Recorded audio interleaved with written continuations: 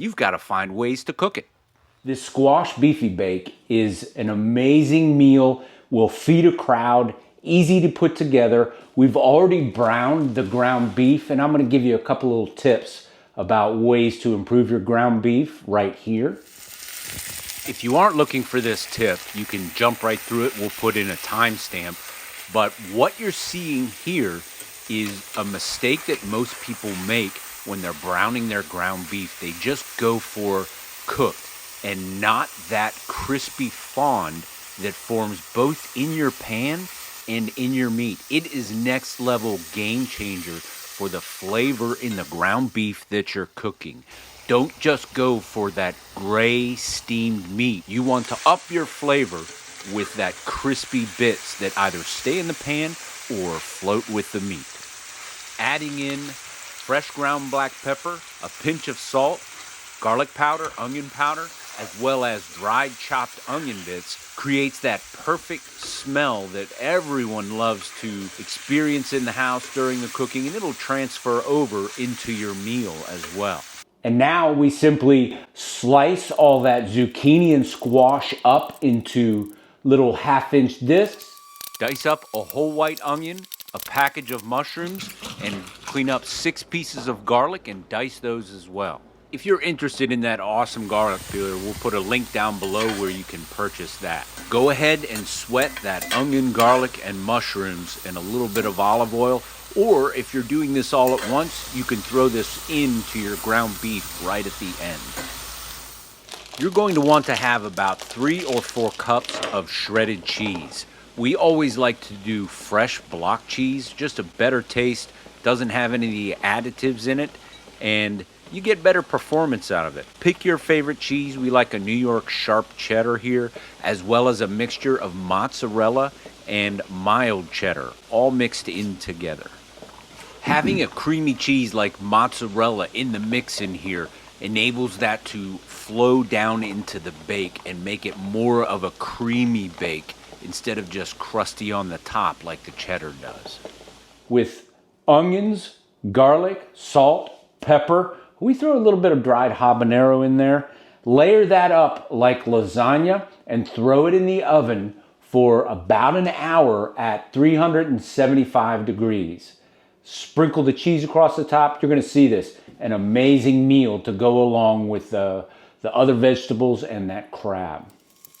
If you have a large cast iron skillet, this is the largest we have, this feeds a crowd. You'll want to use that cast iron because it won't burn the bottom, which is at risk with that cheese. The last thing you'll want to do before you put that layer of cheese on the top is about 2 cups of better than bouillon beef bouillon and 3 tablespoons of starch mixed in when it's cool. Mixing in those 3 tablespoons of starch when it's cool will keep that gravy from getting clumpy or lumpy.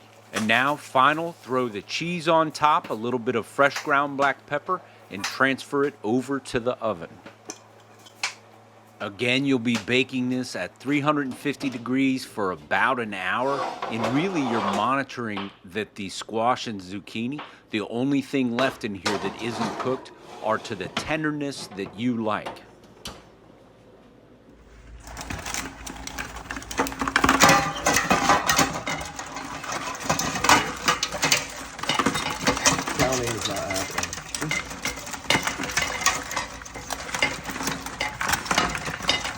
Much leg.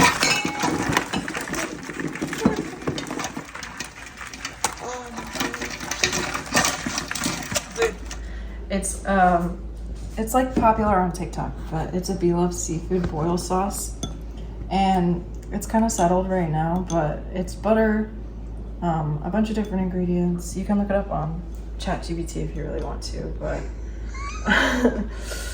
I don't know. You dip the crab or the corn or anything you want in it.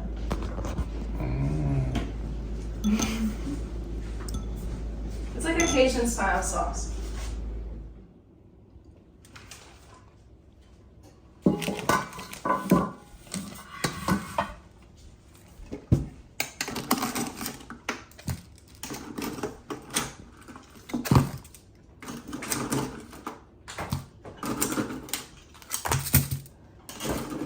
so glad to get home.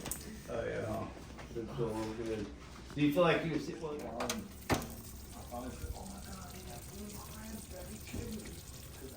That's another batch.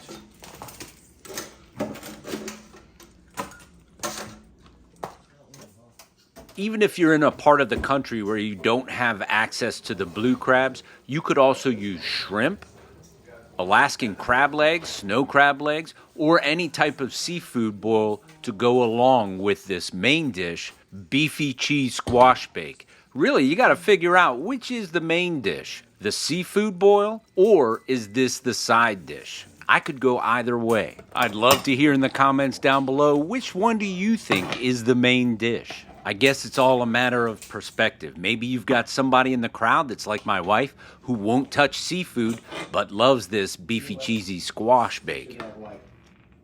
Hey, hey. Crab number one. You're gonna be crazy.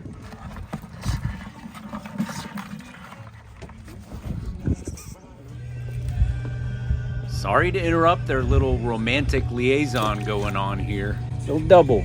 Stopping right in the middle of getting busy for a little bit of chicken neck snack. Not any.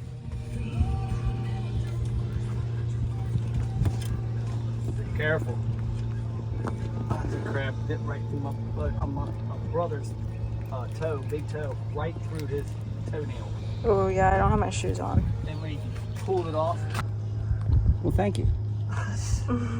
That's how I roll. Good. here's the Flip it over.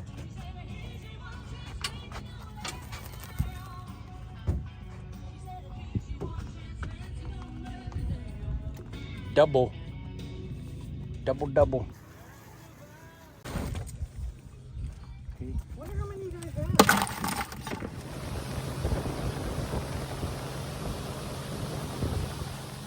You've got to love that fancy bucket lid. Never been used for what it's intended to be designed to be used for, but that's the full haul for the day. One of the best days we've had in many years, and they're predicting a good crab summer. This is an interesting little bit. This is our local ghost ship. It showed up about a month ago, beached, anchored, and nobody knows who this boat belongs to. It's lit up social media with people asking the Marine Patrol should go in and see whether or not somebody isn't on that boat, passed away. There's even talk of somebody being able to claim it because it's an abandoned boat, but that's one heck of a boat to forget about and leave right there. Even on social media, people are complaining that they're seeing this boat hanging out in their backyard all the time. I just wonder, what's that boat doing?